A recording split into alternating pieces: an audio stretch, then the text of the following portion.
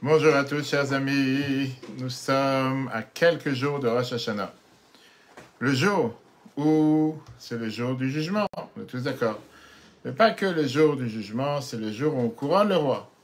On couronne le roi à nouveau. Et c'est le jour dans lequel on va demander à Dieu de nous accorder la meilleure année, comme on a vu dans le cours de lundi soir. On a demandé la fameuse question, avec quel droit tu te permets de demander à Dieu écris-nous dans le livre des mérites.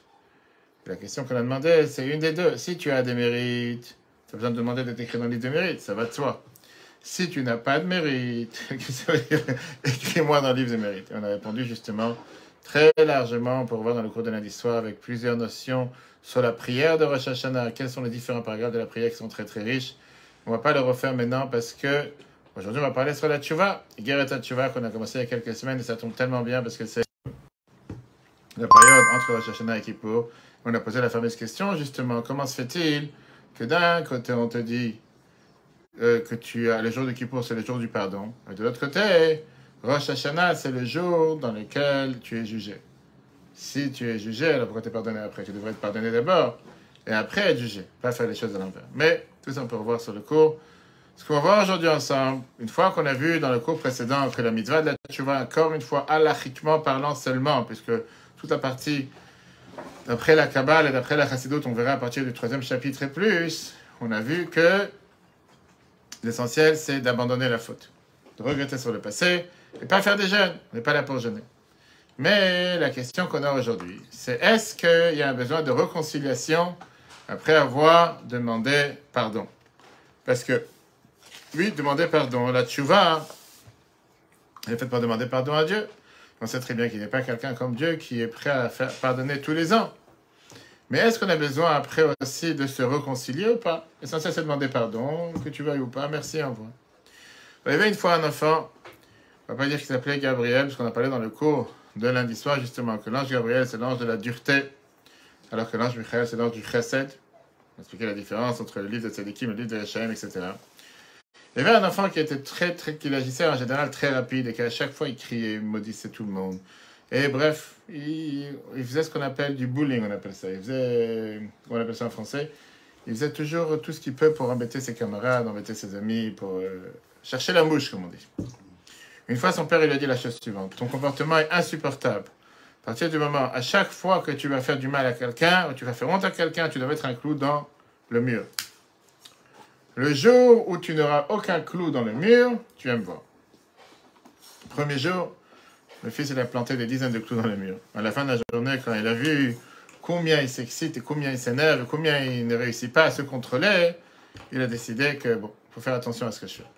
Le lendemain, il a réussi à se retenir, donc il a mis moins de clous. Le jour d'après, c'est descendu le nombre de clous. Tu sais que c'est arrivé le jour où il a dit à son père, papa, j'ai réussi à me retenir. Aujourd'hui, j'ai réussi à faire tout ce que je pouvais. J'ai même pas planté un seul clou dans le mur. Le père, il était tellement content. Il a dit, maintenant, écoute, le deuxième partie du plan, c'est que maintenant, tu dois demander pardon à tous ceux à qui tu as fait du mal.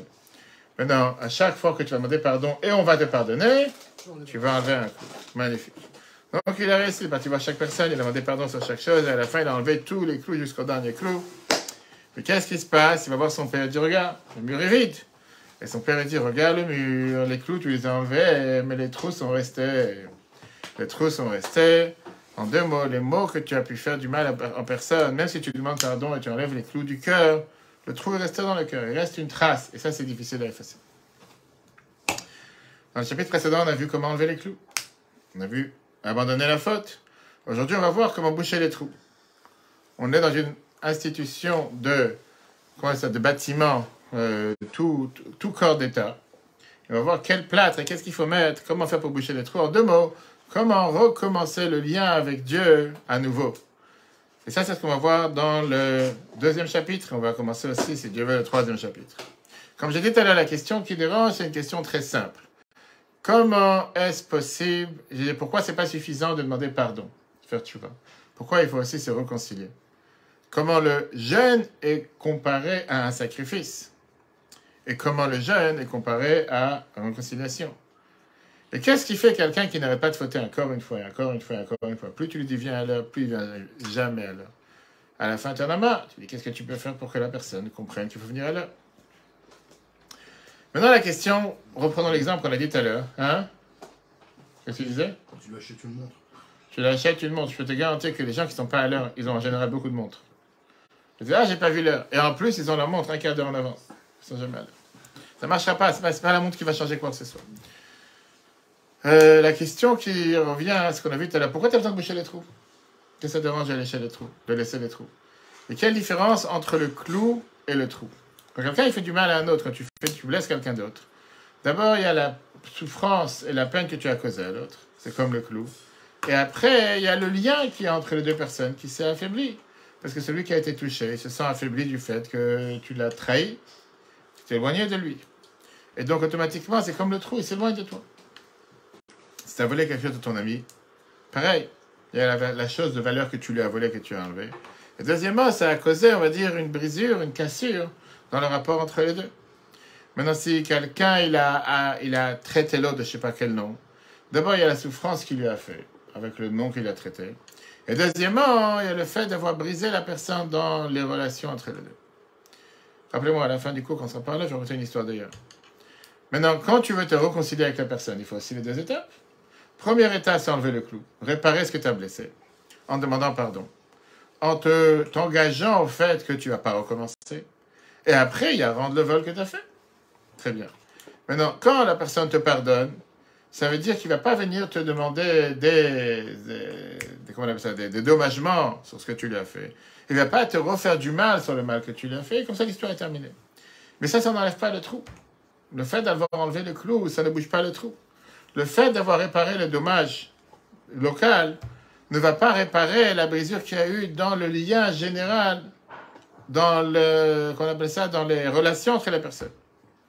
Même si la personne ne va pas te faire du mal, il faut peut-être garder une distance de soi. Le lien n'est pas revenu comme avant. Très bien. Et donc, quelqu'un n'a pas envie d'être en contact avec quelqu'un qui l'a volé ou qui l'a touché, qui lui a fait du mal. Pour ça, tu as besoin de boucher le trou. Tu dois faire quelque chose qui s'appelle de réconcilier la personne. Amener un cadeau, donner des fleurs, écrire une lettre. Ça pourra boucher les trous et réparer le mal qui a pu être fait. Les deux côtés peuvent se réconcilier, revenir au point préalable. Et parfois, une réconciliation, ça peut même renforcer le lien de ce qui était au départ. Mais ce qui est important de se rappeler, c'est que le deuxième point ne peut pas venir avant le premier point. Tu ne peux pas parler de réconciliation et de rapprochement avant de réparer le dégât local. La personne qui a été touchée, elle ne va pas se réconcilier si tu n'as pas d'abord demandé pardon et dire je m'engage à plus recommencer. De maltraiter ta femme, de la rabaisser, bref, etc., etc. Donc d'abord, il faut arranger ce que tu as fait comme mal. D'abord, il faut essayer d'arranger le mal que tu as pu faire. Et une fois que tu as arrangé ce mal, à ce moment-là, tu peux réparer le trou et boucher le trou. Pourquoi tout cet exemple? Parce que c'est exactement le même point et la même relation que nous avons dans le lien avec Dieu. Les Bible te disent qu'avant Kippour, on a devoir de se réconcilier l'un à l'autre, demander pardon. Et avec Dieu, faire tchouva. On l'a vu déjà dans les chapitres précédents. On peut revoir sur etora.fr et applications, les podcasts, etc. Que quand quelqu'un il a fait une faute, il y a un double dégât. Dégât numéro 1, il y a le dégât local, la faute. Le fait que l'erreur que tu as fait par l'action interdite. Chaque faute en fonction de sa gravité. Et il y a après le dégât large de le rapport que tu as eu avec Dieu, on a vu la dernière fois, du fait que tu as renié le bien que la royauté de Dieu. Et tu t'es détaché de Dieu. T'as pas la bouteille? Pas la bouteille. Pour toi, rien de bouteille. Ouais, et tu n'as pas, hein? J'ai demandé un changement. Demandé un changement, ok. Et tu n'as pas, qu'on appelle ça, et tu t'es détaché de Dieu à cause des fautes. Donc la première des choses, c'est réparer la faute avec la tchouva. En faisant tchouva, ça c'est le numéro 1. Ça, on a vu dans le cours précédent. C'est quoi la tchouva? On a vu abandonner la faute. En plus, on a vu, à la fin du cours, qui était de regretter sur le passé et d'abandonner la faute. De regretter sur le passé, de dire vidou, c'est-à-dire de les supplications, ce qu'on veut dire, je regrette, d'avouer la faute, etc. Ça s'appelle une tchouva, c'est une tchouva parfaite. C'est une capara totale sur la faute, avec les jours de Kippour, parfois avec les souffrances, on a vu, les difficultés que quelqu'un peut avoir en fonction de la gravité de la faute, comme on a vu dans le premier cours. Après une telle tchouva, une personne ne sera plus punie ni dans ce monde, ni dans le monde d'en haut. On efface totalement la faute et on repart à zéro. Mais ça ne va pas forcément réhabiliter ou qu'on appelle ça une rééducation ou une réinsertion du lien que tu peux avoir avec Dieu. Ça se fait qu'après le pardon, la personne sera encore loin de Dieu. Il ne sera pas rapproché de Dieu comme il était avant comment on appelle ça, avant la faute. Prenons une halakha intéressante dans les lois du Biyat Hamikdash, comme on va venir dans le temple. L'halakha te dit qu'un Kohen qui a fait Avodah Zarah, qui a fait l'idolâtrie volontairement ou involontairement, même s'il a fait tchouva, il n'a plus le droit de servir dans le temple. C'est écrit V'lo yikshu elai lechen. Si maintenant il a amené un sacrifice, ein korbano reach nichor, son sacrifice n'est pas considéré de bonne odeur envers Dieu. Ça veut dire que malgré qu'il a fait tchouva, cette tchouva a été acceptée. C'est fini. On ne peut pas réparer. C'est comme si je te dis quelqu'un qui arrête de fumer, qui a fumé pendant 20 ans, 3 paquets par jour, il peut arrêter de fumer, c'est très bien pour la santé qu'il arrête de fumer. Mais les poumons, il ne les a pas blanchis. Après, peut-être ça existe de la javel pour les poumons. Peut-être. Mais pour l'instant, le dégât, il est fait. Je vais me dire, qu'est-ce que ça veut dire que quelqu'un est loin de Dieu, qui s'est éloigné de Dieu? 6 points. Premier point, ses prières ne sont pas acceptées. Tu vois, sur l'erreur, il a fait. Le fait qu'il est loin de Dieu, ça veut dire qu'il peut prier, mais malheureusement, il y a un blocage. Tu ne reçois pas tes prières. Deuxième point, il n'y a pas de ce qu'on appelle un mazal et une bénédiction dans ses actions. Il ne réussit pas. Il n'a pas d'abondance matérielle et spirituelle. Au passage, le Tanya qu'on apprend tous les jours, pour tous celui qui fait Chita tous les jours, c'est tellement riche sur la tzedaka et sur l'importance de la tzedaka. Et comment racheter son âme, on verra si Dieu qu'on fera avec la c'est exactement le même Rambam qu'on apprend ces jours-ci. On est en train d'apprendre les lois de tzedaka dans Rambam qui est tellement riche. Hier, on a vu les 8 niveaux de tzedaka, etc. Et parfois, quelqu'un te dit, mais je ne vois pas de réussite dans ce que je fais. Peut-être parce que la tchouva n'a pas été acceptée. Tout est de manière limitée. Troisièmement, il n'arrive pas à comprendre des choses spirituelles. Chose de Gdusha, il est déconnecté, il est plutôt plus grossier, il ne comprend pas de quoi tu parles.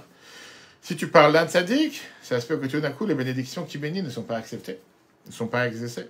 Si tu parles d'un prophète, ça se peut qu'il ne va pas mériter d'avoir une vraie prophétie, ou chacun différent niveau. Et donc, c'est pour ça qu'on a besoin d'avoir la deuxième étape. C'est quoi la deuxième étape? C'est la réconciliation envers Dieu. Et c'est ça qu'on apprend dans le deuxième et troisième chapitre, que la réconciliation dépend de 3 choses. Au temps du temple, c'était le sacrifice. Après la destruction du temple, c'était le jeûne qui venait remplacer le sacrifice. Et de nos jours, c'est la zakat qui remplace le jeûne. Parce que l'Admour Azaken vient te dire, il y a 300 ans, 250 ans, qu'aujourd'hui, on ne peut plus jeûner. Ça n'existe plus le jeûne. Le jeûne ne fonctionne pas aujourd'hui. Aujourd'hui, les gens sont trop faibles. Pas de jeûne, quelqu'un pour une fois de faire 280 jeûnes, on va voir tout de suite les chiffres. Quand tu entends ces jeûnes, c'est que tu dois jeûner pendant 250 ans pour chaque faute. Tu te dis, c'est quoi, il faut que tu vis pendant 10 000 ans pour pouvoir. Ça ne marche pas. Tu vas dire, qu'est-ce qu'ils faisaient à l'époque? Je vais te dire, à l'époque, ça se peut que les gens n'avaient pas de quoi manger de toute façon. Et que pour eux, ils mangeaient qu'un repas par jour. La réalité, tu regardes le temps d'Almara, etc. C'est ce qui se passait. Je suis désolé, monsieur. C'était beaucoup plus facile. C'était beaucoup plus simple. Ce pas des gens qui avaient une abondance et qui dépendaient de manger comme on dépend de manger aujourd'hui. Aujourd'hui, tu as beaucoup de gens qui ont des décisions du mal avec les jeunes, qu'ils ne peuvent pas fonctionner normalement, etc. Déjà, un jeûne, une fois, je ne sais plus combien c'est dur pour certaines personnes. Quand tu dis à quelqu'un, tu devrais jeûner 84 jeûnes pour telle ou telle faute, tu vas dire, tu sais quoi, Azov, comme on dit, laisse-moi tranquille. Et donc, c'est pour ça que la Moïse a dit que de notre génération, encore une fois, tu dis ça il y a déjà 250 ans, pas aujourd'hui. La seule chose qui peut réparer les fautes, c'est la zakat. Dans pas longtemps du temple, parce que bientôt Mashiach il arrive, et on va reconstruire le temple. Au temps du temple, le korban, le sacrifice, c'était la réconciliation. La Gemara Zvachim, page 7b. La Gemara Zvachim, page 7b, te dit la phrase suivante. Chaque sacrifice, c'était une réconciliation sur le fait que tu as abandonné ou tu n'as pas fait une mitzvah positive. Maintenant, comme on dit, cher ami, si tu as un troupeau et tu as 200 vaches, et chaque fois que tu as oublié de faire une mitzvah positive, tu dois amener une vache, je ne sais pas combien de vaches tu as besoin. Même si on a dit tout à l'heure que la tchouva fait en sorte que Dieu te pardonne totalement sur le fait que tu n'as pas fait cette mitzvah positive, c'est pas suffisant la tchouva. Il fallait qu'on appelle ce qu'il y a de réconciliation par le sacrifice korban ola. Parfois, tu devais amener un sacrifice korban ola et korban khatat. Un sacrifice de l'holocauste, un sacrifice pour réparer la faute. Toujours le khatat, il était avant le ola. Pourquoi? Parce que le khatat, c'était un sacrifice qui venait réparer la faute. Et c'était toujours avant la réconciliation qui vient par le korban ola, sacrifice de ola. Le Chachamim te donne un exemple de quelqu'un qui a fait du mal au roi. Et il a réussi à le réconcilier par des émissaires, des envoyés. Et à chaque fois, il envoie un autre cadeau pour se rapprocher du roi. Le korban khatat, si tu veux, c'est quoi? Le sacrifice khatat, c'est, on va dire, le défenseur. Mais à part ça, tu dois amener un sacrifice de hola, qui est le cadeau pour réconcilier avec la personne. avant d'amener le sacrifice de là, tu devais faire tchouva, parce que sans ça, le sacrifice n'était pas accepté. C'est pas juste j'amène un animal, j'ai 300 bêtes que je sais pas quoi faire avec, je te donne un animal. On te dit, c'était quoi le but du sacrifice? C'était qu'à la place que ça soit fait avec toi, ça soit fait avec le sacrifice. C'est ce qu'on dit dans les corbanotes tous les jours. Comme c'est écrit dans Mishle, chapitre 21, verset 27, Zevar, Rechaim Toevar, sacrifice d'un rachat, de quelqu'un de mauvais. C'est abominable, Dieu n'accepte pas. Regardons le début du chapitre 2 de Igeret HaTshuva. Perek Bet, deuxième chapitre. Kol, c'est tout ce qu'on a vu jusqu'à présent. C'était les Nyan, qu'appara pour le pardon, Mechilat Ava n'est pas donné la faute. Shenim, Chalo, le Gabri, que Dieu lui a totalement pardonné Maché Avar, ce qu'il a transgressé à Mizat Ameler, sur la mitzvah du roi, que chez Asa, Tshuva Shlema, quand il a fait une Tshuva parfaite. Fein, Maskirinlo, on ne va pas lui rappeler Dava, Vachatsi Dava, ni une chose, ni une demi-chose. Mais Dieu m'a dit le jour du jugement, le Honsho Alzé pour le punir sur ça, Chaz Veshalam, que Dieu nous en préserve, ben l'homme va dans le monde futur. Veniftar, il a été acquitté, les Gambrés, totalement, mais il a dit du jugement, ben l'homme va dans le monde futur. Omnam, néanmoins, afin chez Yel Ratzon Ifne Hashem, pour qu'il soit agréé, pour qu'il soit reçu à merveille devant Dieu. Umerutse Vechaviv Lefanav Itbarer, et qu'il soit exaucé et qu'il soit admiré devant Dieu. Qu'est-ce qui se passe? Que Kodem Achet, comme avant la faute, à ce moment-là, Liot Nachad Ruach Lekono, pour pouvoir faire de la satisfaction et donner de la satisfaction à Dieu. Qu'est-ce qu'on attend de lui? On attend de lui une chose qui est ma volonté de son service. Ayat Sarich, il a le devoir, les avis d'amener Korbanola. Il a le devoir d'amener un sacrifice de ce qu'on appelait Holocauste pour un fil ou un mitzvah assez kala, même pour une mitzvah assez simple, qui veut dire une mitzvah positive, qui n'est pas forcément quelque chose qui peut être considéré comme une mitzvah difficile. Chez Ein Bakaret, qu'il n'y a pas dessus si tu transgresses cette mitzvah, que la personne elle est retranchée au mitat badin ou bien à peine capitale par le tribunal. Moi, chez Darshur Abotenu, comme nos sages, on a appris, on a enseigné, Zichronan Livracha, que la mémoire soit bénie, le Torah de Kohanim, le Chumash Vayikra, le passage sur le verset venir Tzalo, que Dieu va être exaucé, va exaucer sa prière, etc., son sacrifice. Ou que dit Bigmara, comme c'est écrit dans la Gemara, le premier chapitre des Zvachim qu'on a dit tout à l'heure, page 7. De Ola, Mechaperet Mitzvah Taseh, sacrifice, Ola, l'Holocauste, vient pardonner son mitzvah positif. Vei Doron, c'est un cadeau. La Chasha Tchouva, après qu'il a fait Tchouva, Venim Chalo Onesh, et qu'il lui a été pardonné la faute.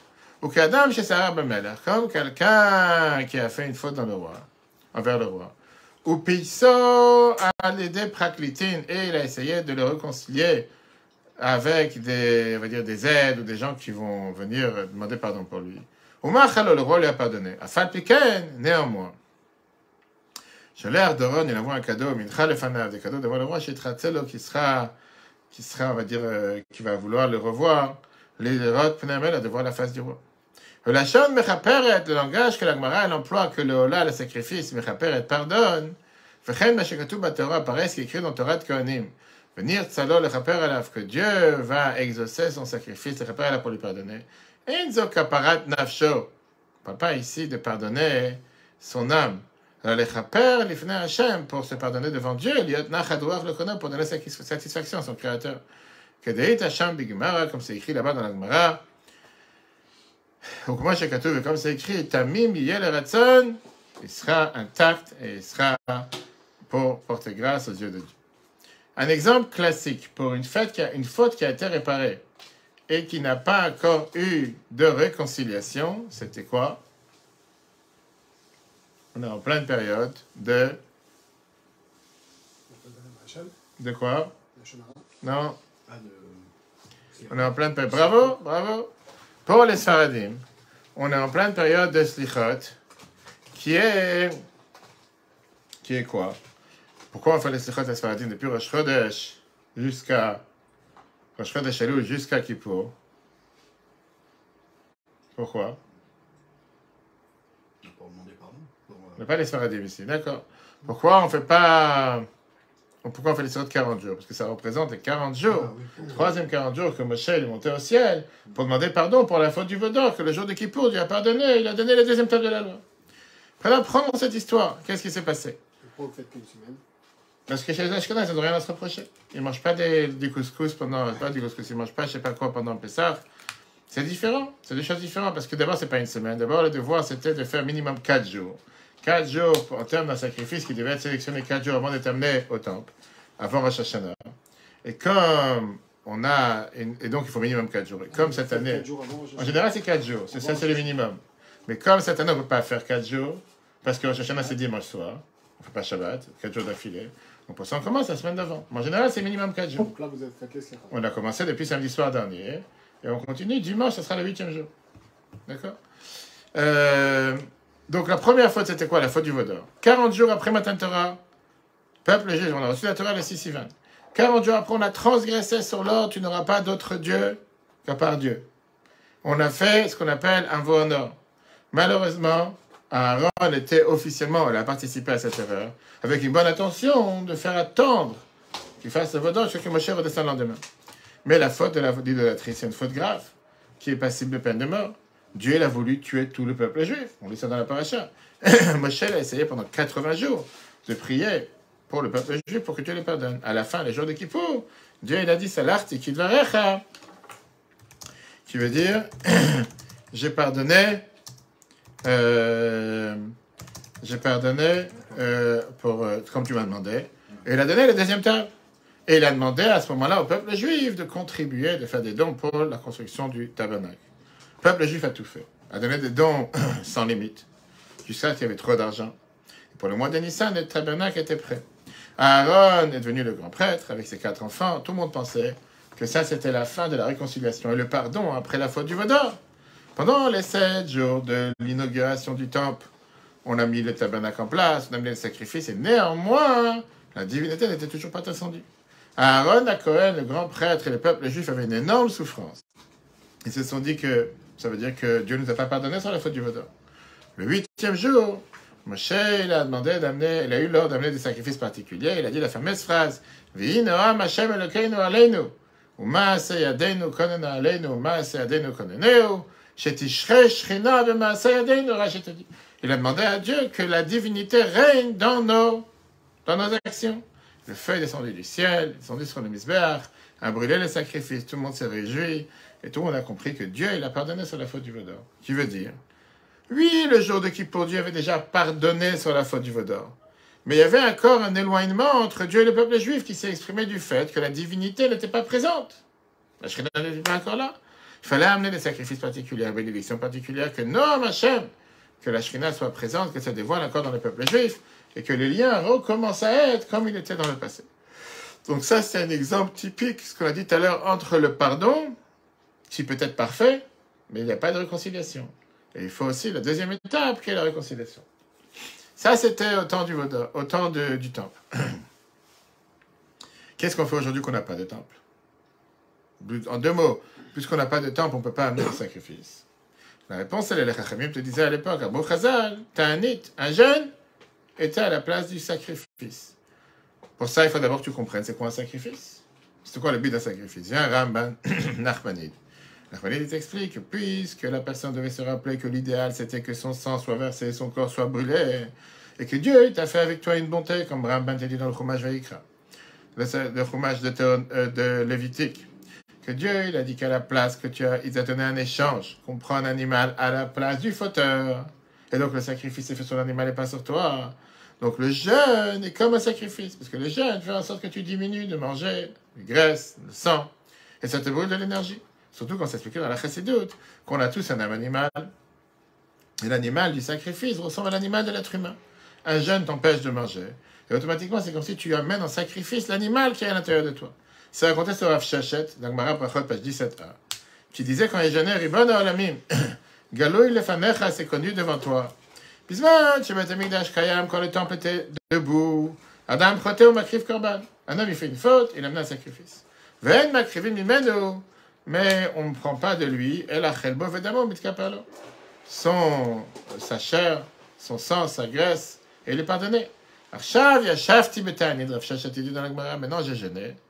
Venit Maet, Chelbi Vedami, ma graisse et mon sang a été diminué. Yeratzon Milfanecha, il termine en disant que Dieu fasse, que le fait que j'ai diminué le manger, C'est pour ça que j'ai gêné. Comme si j'ai amené ça sur le misbeh, sur l'autel, et tu me pardonnes sur mes fautes. Page 17. En deux mots, korban, ça veut dire quoi? Un sacrifice? Amener un sacrifice de soi-même, donner de soi-même, céder sur quelque chose. Quand un homme, il amène un animal, il donne quelque chose à Dieu. Quand il jeûne un jour entier, par ça, il donne de soi-même, il n'est plus le même. Et donc, après la destruction du temple, la période qui est après la destruction du temple, environ il y a 2000 ans, le chemin pour pouvoir avoir la réconciliation avec Dieu, c'était par les jeûnes. Ça, c'est au départ. Maintenant, on va rentrer dans les détails. Quel type de jeûne? Combien de jeûnes? Pour quelle faute? Sur quelle faute fallait jeûner? Et combien de fautes sur chaque jeûne? Après, tu peux dire que tout dépend de la gravité de la faute, comme on a vu dans le chapitre numéro 1. Sur le mitzvah positif, et très peu de jeûne, ou presque pas de jeûne. Sur le mitzvah négatif, on avait dit qu'il y avait beaucoup plus de jeûne à faire. Et sur le mitzvah sur laquelle c'est le retranchement ou bien la peine capitale par le tribunal, beaucoup plus de jeûne. De l'autre côté, je peux dire que le nombre de jeûnes n'a rien à voir avec la gravité de la faute. Pour ça, il faut retourner à l'exemple qu'on a dit tout à l'heure avec le clou et le trou. Parce qu'il n'y a pas forcément que le trou il est adapté à la grandeur du clou. Parfois, tu as un petit clou qui fait une grande fissure. Quand tu as fait ça sur du bois ou sur du plâtre ou sur du contreplaqué ou je sais pas quoi, du faux, que tu as amené un clou, il fallait pas, paf, tu as fait un trou, tout est tombé. Alors, tu ne pensais pas que tu avais fait quoi que ce soit. Parfois, c'est de la pierre. Tu m'as dit que c'est le clou qui se tord. La pierre, elle rentre pas. Et parfois, automatiquement, tu as besoin d'une réconciliation qui est beaucoup plus importante. Comme quelqu'un qui n'a jamais rien fait contre sa femme, la seule chose, c'est qu'il n'a pas amené un cadeau d'anniversaire, ou bien il n'a pas dit bravo, il n'a pas félicité pour quelque chose de bien qu'elle a fait.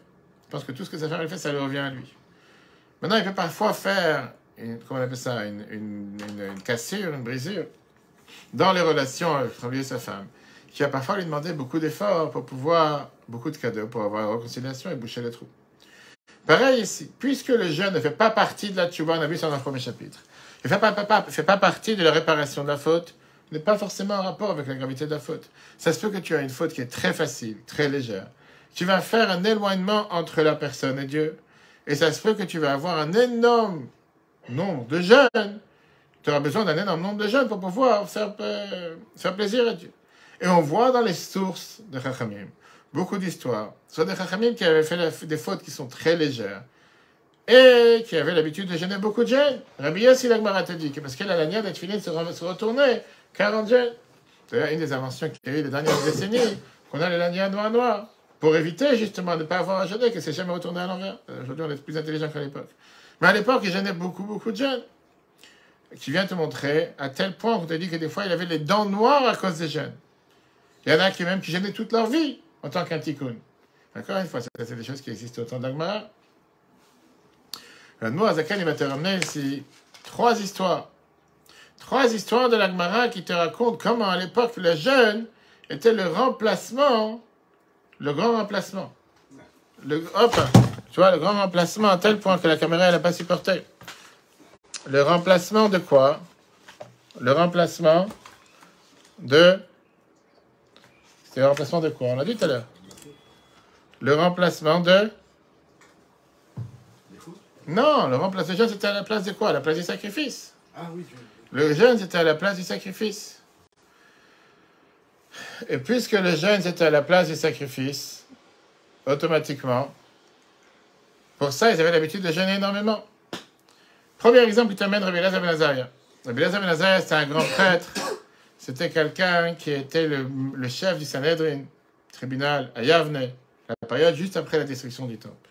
À côté de Rabban Gamliel. La Gemara Yerushalmi Shabbat, page 5, chapitre 5, page 4. Elle vient et te dit les objets avec lesquels un animal pouvait sortir Shabbat, parce que c'est considéré un habit. Et les objets avec lesquels un animal ne peut pas sortir Shabbat. On dit ça dans les Kiddush, tu ne peux pas faire travailler ton animal Shabbat, que c'est considéré que tu es en train de porter. Parce qu'on sait très bien que les interdictions de Shabbat sont valables aussi pour ton animal. Le man, noach, shor chavachamocha. Ton taureau et ton âne doivent aussi se reposer. Et donc, les Rachamim avaient un débat. Quel était le din, quelle était la loi d'une ritsua, d'une lanière qu'il y avait entre les cornes de la vache? Vous voyez pas, comme ça ils étaient habillés. Comme tu vois aujourd'hui avec les chiens. Rabbi Elazar ben Azariah a été dit que la lanière considérait un habit. Et donc, puisque c'est un habit, une vache peut sortir avec elle Shabbat. Chachamim te disait que la lanière, c'est pas un habit. Et donc la vache ne peut pas sortir avec sa Shabbat. Là, la elle est Yachid verabim, halakha kerabim. C'est un débat entre une personne et plusieurs, l'halakha est comme la majorité. Et donc l'halakha comme chachamim. La voisine de Rabbi Elazar ben Azaria avait une vache. Elle est sortie Shabbat avec la lanière entre ses cornes. Et lui, il n'a rien dit. Parce que lui, il tient qu'une lanière entre les cornes, c'est considéré un avis. Après ça, il a décidé de réparer le fait qu'il n'a rien dit. Parce qu'au final, l'halakha est comme chachamim. Et il a jeûné tellement de jeûnes, jusqu'à que ses dents sont noircies. Une personne. On va me montrer aujourd'hui quelqu'un qui va jeûner tellement de jeûnes pour une lanière entre les cornes d'une vache. En Seine-et-Marne, tu as des vaches et des lanières, mais je pense pas que quelqu'un va jeûner pour ça. Deuxième exemple que la Mourazakin te ramène, la Gemara Chagiga, page 22b. Rabbi Shua ben Hanania, que lui était aussi à l'époque de la destruction du temple. Regarde, on remonte, il y a 2000 ans. Lévi, qui était à l'époque, qui a eu la possibilité, c'était aussi un Lévi qui a eu la possibilité et le mérite de chanter dans le temple. La Gemara nous raconte une machloket, un débat qui y avait entre Beth Shammai et Beth Hillel par rapport à un kli cheres, un ustensile en argile qui est impur. Est-ce qu'il fait une chatzitza, ce qu'on appelle une séparation devant la pureté d'un mort? Rabbi Yeshua, il a entendu l'explication de Beth Shammai.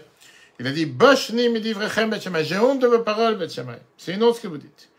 Un des élèves de Beth Shammai est venu le voir, il a dit, écoute, cher ami, il y a une logique derrière. Pourquoi tu as honte de ce que Beth Shammai a dit? Il n'a pas dit ça pour dire ça parce qu'il s'appelle Beth Shammai et qu'il doit toujours être dur. Il y a une logique derrière. Rabbi Yeshua, il a regretté sur les mots durs qu'il a dit sur Beth Shammai et il est parti prier sur le tombeau de Beth Shammai et s'est excusé devant eux. À tel point, il a dit, Kol yamav ushcharu shinav, c'est toute sa vie, ses dents sont noircies à cause de jeûne.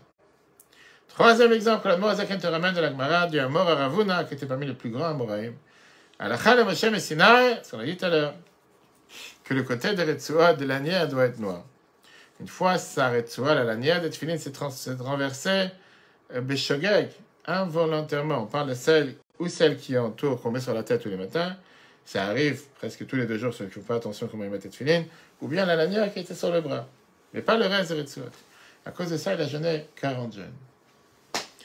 Alors, tous ceux qui parlent au effort du jeûne, chers amis, tous ceux qui nous écoutent et tous ceux qui sont présents avec lui, ouais, c'est facile à jeûner. Vas-y, fais des calculs.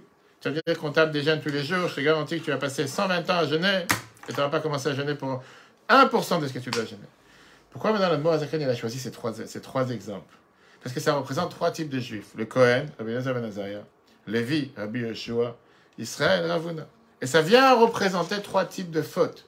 Rabbi Elazar ben Azaria, c'était une faute dans la pensée, dans la marshava avec la lanière, qui s'est tue. Rabbi Yeshua, qu'on a dit, c'était Rabbi Yeshua ben Hanania, c'était la parole, le fait qu'il a parlé mal sur Beth Shammai. Et Ravuna, c'était une action. Pensée, parole et action, 3 types de juifs. Il a pris le panoplie de ces juifs. On parle de grands juifs. Autant d'Agmara. Puis voilà, tu as fait 40 jeûnes pour une chose, d'autres, je ne sais pas combien de jeûnes toute la vie, etc. Qu'est-ce qui t'a montré aussi? Que ces gens-là, ils ont jeûné pas pour des fautes graves. Oui, qu'est-ce qui s'est déjà passé? Ravuna, il a jeûné sur une lanière de Tfilin qui s'est renversée invertement. Ça, c'est vraiment un péché. Qui doit dire que c'est un péché aujourd'hui? Et pourquoi ils ont jeûné? Parce qu'on a vu tout à l'heure, les jeûnes et la quantité de jeûnes n'est pas forcément en rapport avec la faute que tu as fait. Le jeûne vient plutôt pourquoi? Pour faire agréer, pour faire accepter, réconcilier la personne avec Dieu, comme avant la faute. Et de ce côté-là, ça se peut que tu vas jeûner parfois beaucoup de jeûnes pour une petite faute. Et parfois, parce que cette petite faute est éloignée de Dieu, en fonction de la personne, en fonction du niveau de la personne. Puisque le jeûne ne fait pas partie de la réparation de la faute, mitzad adin, c'est pour ça que dans le Shulchan Aruch, ou bien code de loi juif, il n'y a aucune obligation de jeûner après une faute. Bon, comment Shulchan Aruch dit une chose pareille? Oui, on te dit qu'il faut faire tchouva. Oui, on te dit que tu dois abandonner la faute. Oui, on te dit que tu dois regretter, faire vidouille, qui veut dire les supplications et avouer la faute. Tout ça, ça fait partie du tikkun ached réparé de la faute midat adin. Et la halakha, elle est faite pour te dire quoi faire tes obligations d'après le din, après la règle. Après la règle, ça, c'est ce que tu dois faire. Ta'anit, un jeûne, ça fait partie de midat chassidout, qui est une midat pieuse. Quelque chose qui est au-dessus de réparer la faute. D'ailleurs, c'est pour ça qu'on parle des jeûnes dans quoi? Dans le livre de Moussar et le livre de la Kabbale, qui te parle à midat chassidout, comment quelqu'un de pieux va vouloir se comporter. Celui qui a donné un compte spécifique à des jeûnes pour spécifiques fautes, c'était le Harizal, l'auteur de la Kabbale. L'élève du Harizal, Rabbi Chaim Vital, dans son livre Etzraim, Shar et Yichudim, il écrit que le Harizal t'a donné un menu déroulant de jeûnes en fonction des différentes fautes. Et quand tu vois le menu des jeûnes en fonction des fautes, tu vois qu'il n'y a aucune corrélation entre la gravité de la faute et le nombre de jeûnes. Il y a des choses qui ne sont même pas des interdictions des Chachamim. Et néanmoins, le Harizal te donne une quantité sans limite de jeûnes. On va rentrer dans les détails après. Et ça revient à ce qu'on a dit tout à l'heure, que les jeûnes ne sont pas faits pour réparer la faute. Ils sont faits pour retisser le lien avec Dieu du fait qu'il a été déconstruit. Et donc, même des choses simples demandent un pardon. Le mot Zaken, il te donne 3 exemples. Écoute bien, cher ami. Celui qui a parlé ici, je ne dirais pas son nom, mais qui a proposé de jeûner, c'est très important de jeûner, etc. C'est-à-dire que quelqu'un qui s'énerve, il doit jeûner 151 jeûnes. Vous êtes d'accord? Pourquoi 151? Tu vas me dire, c'est le compte numérique de casse. Casse, qui veut dire la colère, c'est 150. Et encore 1 pour le mot casse. Je vois que tu t'es mis en colère. Maintenant, montre-moi une avéra dans les 365 mitzvot négatives où c'est écrit que tu n'as pas le droit d'être énervé. On dit bien sûr que la cause, qui est l'ouaved d'Avodazara, celui qui se met en colère, c'est comme s'il fait les deux. Ça, c'est vrai. Montre-moi une des 365 mitzvot négatives où tu n'as pas le droit d'être énervé. 151 jeûnes, ça veut dire presque une demi-année de jeûne. Tu enlèves Shabbat et Yom Tov, on n'a pas le droit de jeûner, 365 jours. Tu as 55 Shabbat environ, 53, ça dépend les années. Il te reste 300. Une demi-année de jeûne. Pour une fois t'énerver. Sur du vin de non-juif, il y a une Nesser. La Torah t'interdit de boire seulement du vin qui a été, il y a une Nesser pour l'idolâtrie, qui a été fait pour l'idolâtrie. Montre-moi aujourd'hui un vin qui est fait pour l'idolâtrie. Ça dépend de certains pays. Peut-être qu'il y a des pays où il y a beaucoup, beaucoup de croyants et beaucoup d'idoles, qu'on fait tel vin, je ne sais pas, Saint-Pierre, Saint-Jacques, je ne sais pas qu'est-ce qu'il y a des vins. Pas forcément. Même aujourd'hui, de l'eau qui est appelée Saint, je ne sais pas quoi, c'est pas forcément, c'est le nom de Mont-Saint-Michel, on appelle ça une idolâtrie. Les Chachamim, ils t'ont interdit pas seulement du vin qui a été fait pour idolâtrie, mais du vin tout court, non caché, c'est interdit. Combien de jeûnes quelqu'un doit jeûner si quelqu'un il a fait les chaim sur un vin non caché? 73 jeûnes. Pourquoi? Yain, c'est 70. Et 3 lettres, Yud, Yud, Nun, ça fait 73. Maintenant, on parle ici d'une interdiction des Rabbanan, des Chachamim. Et néanmoins, tu as 3 mois de jeûne. Pas mal. Donc il suffit que ce matin tu t'énerves contre ta femme. Et à midi tu as bu un peu de vin que tu ne savais pas si c'était caché ou pas. Tu as déjà jeûné presque toute l'année. Pas fini. Si tu as oublié une tchila, tu as oublié une prière, mincha, ma'ariv, qui arrive, parfois tous les jours ça peut arriver. Tu étais dans la course dans l'après-midi, ah, j'ai oublié mincha, peu importe. Donc Maria te dit, tu dois jeûner 60, la Risa te dit, tu dois jeûner 61 jeûnes. Pourquoi? Parce que, d'après la Kabbale, c'est la gematria du mot ani, moi, qui est attaché avec la tfila. Le fait d'avoir effacé une tfila, c'est que tu n'as pas fait une mitzvah positive, et néanmoins, tu as 2 mois de jeûne. Donc la totale, il suffit que tu crois, tu t'es énervé ce matin, tu as bu un peu de vin qui n'était pas forcément caché, tu ne savais pas si c'était caché ou pas, et tu as oublié de faire mincha cet après-midi, tu as jeûné l'année. Pas mal, non? Quand tu entends tout ça, tu te dis vraiment, c'est des quantités que c'est impossible. Si rien que sur s'énerver, tu es 151 jeûnes, alors sur toutes les autres choses qu'on n'est pas encore entré dans les fautes graves, c'est toute une vie que tu dois jeûner. Mais il y a une énorme différence entre la vie de nos jours et la vie à l'époque. Mais d'où il sort ça? Quoi? D'où il sort tous ces calculs-là? La Risa, je vais te dire. Rebbe Chaim Vital. D'où il sort Après la ça? Kabbale. C'est la Torah. Mais je ne suis pas les contraires, c'est ce qui a été fait à l'époque. On va dire, en train de dire. Il y a une énorme différence jusqu'à il y a 200 ans. La majorité du peuple juif, c'était des gens qui étaient chômeurs Torah mitzvot, des gens religieux, des gens pratiquants. Et donc, tu faisais attention à tout. Si quelqu'un faisait une petite faute, c'était une seule et unique faute, on va dire, bon, il pouvait s'arranger avec cette faute-là. Surtout quand tu parles des élèves du Harizal, qui sont considérés, appelés les Gouré Hari, qui étaient à un niveau de spiritualité énorme à Tzfat. Le Harizal pouvait demander de ses élèves, pas les 500 ans, des quantités de jeûne pour des fautes si légères. Comme on sait très bien qu'avec les tzadikim, Dieu fait énormément attention. Dans nos jours, malheureusement, la majorité du peuple juif n'est pas pratiquant. Traditionnel, on fait les fêtes, on va faire les blettes, les épinards, on va savoir les questions qu'on demande tous les jours.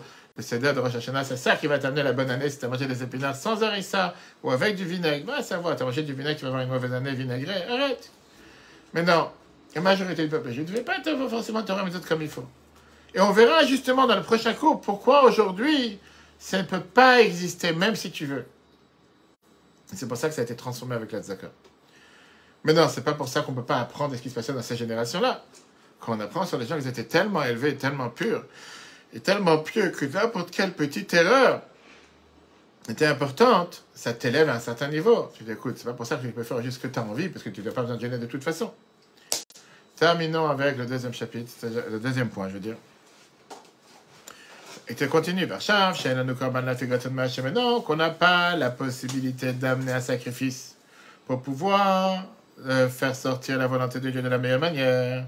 Atani, tu même comme korban. Le jeûne remplace le korban. Comme c'est écrit dans la Gemara,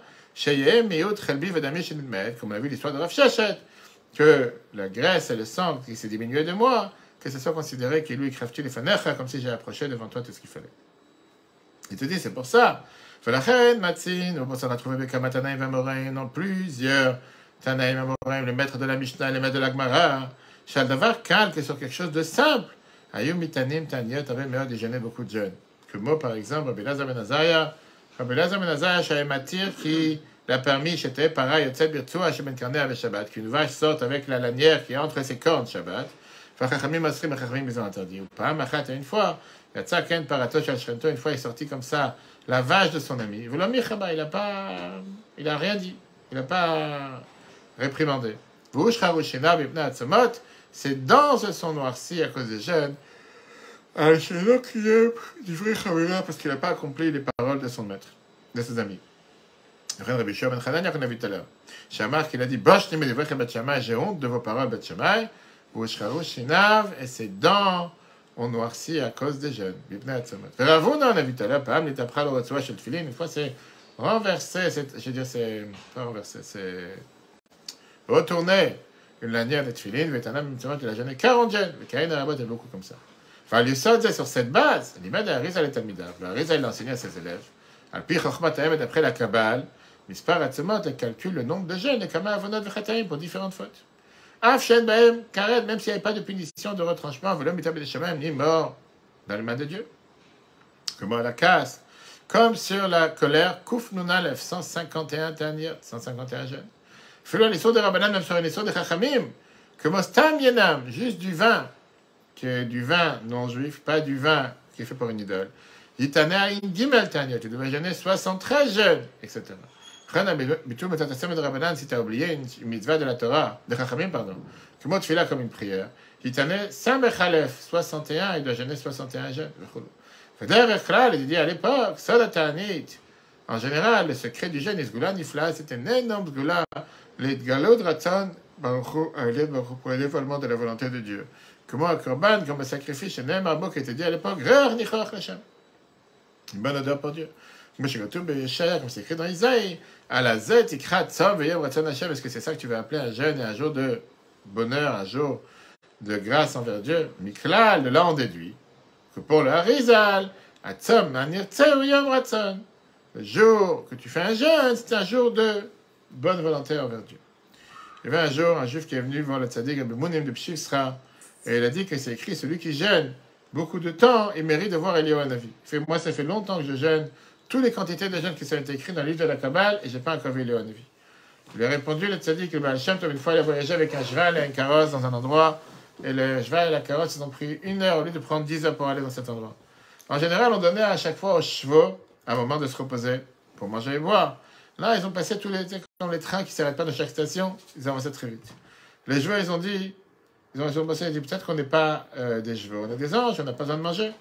Quand ils sont arrivés, les élèves, ils ont dit peut-être que ces chevaux, c'est des chevaux qui sont des gens, des spéciaux, des anges. Ils n'ont pas besoin de manger, c'est pas bizarre qu'ils courent comme ça sans arrêt, sans manger ça. Quand ils sont arrivés à destination, on a emmené les chevaux dans la ferme, dans la ferme, dans l'endroit, l'écurie, merci. Quand on donnait à manger, ils ont sauté sur le manger comme des vrais chevaux. Ils ont compris qu'ils ne sont pas devenus des autres chevaux. Le tzaddik, il a terminé, Rebouné de Pshis Khadi à cet élève. Celui qui gêne et qui pense que comme ça peut devenir un ange parce qu'il n'a pas mangé, il n'a pas bu. Alors, vraiment, c'est quelqu'un qui peut peut-être arriver à recevoir la révélation d'Eliyahu Hanavi. Et c'est pas le jeûne, c'est pas l'essentiel. Tu peux vivre toute une vie sans jeûner, tu restes le même animal que tu étais avant de jeûner. L'essentiel, c'est le raffinement spirituel. L'essentiel, c'est la réparation de la personne. Le test est, qu'est-ce que tu fais dans le repas après le jeûne? Si tu jeûnes comme certains, je ne dirais pas le nom, qui jeûnent pendant 40 jours, pendant l'été comme l'hiver et le soir, ils sont assis comme des animaux en train de manger sans limite avec les mains et les pieds dans les plats de couscous, etc. Qu'est-ce que ça a gagné ton jeûne? Tu as changé ta personne, tu t'es transformé. Si la personne se jette sur le manger comme un animal, ça veut dire que tu es resté un cheval et tu ne pourras pas mériter de voir Eliyahu Hanavi. Ça, c'était jusqu'à présent. On n'a pas fini le débat des jeûnes, parce qu'on va rentrer après la semaine prochaine sur la Zaka, etc. Parce que d'après ce qu'on vient de dire, la question, elle est combien de jeûnes sur la même faute répétitive? Si je me suis énervé 3 fois aujourd'hui, une fois sur ma femme, une fois sur mon fils, une fois sur ma fille, ça veut dire quoi? 3 fois 150, ça fait 450. Ça fait déjà 1 an de plus. Combien de fois? Et c'est un débat entre les Rachmé et Moussa, on verra ça la prochaine fois. Est-ce que je dois faire 150 jeûnes pour tous les fois que je me suis énervé aujourd'hui? C'est comme les gens qui te disent, je fais achat yatsa le matin en sortant des toilettes, ça suffit pour toute la journée. Je fais une fois par jour et c'est tranquille. Fait que quelqu'un dit, je fais chez Akol le matin avant de commencer à boire, c'est pour toute la journée. Les autres font, pourquoi je vais faire sans brachot? Les gens disent, j'économise. Pas besoin de... On verra la prochaine fois. Est-ce qu'il faut 3 fois sur chaque fois, 2 fois sur chaque fois? Et surtout, on verra après pourquoi et quand ça a changé. Ça, c'est ce qu'on verra dans la prochaine moitié du chapitre. Que le Moazaken te prévient en te disant tout ce qu'on a parlé des jeunes autour du Harizal, c'est pour les gens forts, les gens puissants, les gens que ça leur faisait aucun mal. Mais dans nos générations, tu risques d'avoir le plus grand dégât en jeûnant et être contre-productif. Ce que tu cherches à obtenir en jeûnant, tu cherches à faire juste le contraire. À cause de ça, tu vas être faible, tu ne vas pas avoir les forces, tu ne vas pas faire ce que Dieu te demande et tu risques de faire encore plus de bêtises. C'est pour ça qu'aujourd'hui, on n'a pas le droit de jeûner. On verra ça la prochaine fois si Dieu veut. Chers amis, le cours en replay sur l'application Etora ainsi que le site etorah.fr. Shana Tova à tous. Merveilleux cours qu'on a eu lundi soir. Le prochain cours, hier, on a eu merveilleux cours de l'aide du Rabbi. Comment se préparer pour la nouvelle année en individuel, pas en collectif. Chacun réparer son année. Prendre des bonnes décisions pour la nouvelle année. Faire la Zaka, surtout ces jours-ci. Vous pouvez faire sur le site du Betrabat. On a besoin de vos aides. Et si Dieu veut, l'année prochaine, Shana Tova à tous. Que Dieu vous bénisse.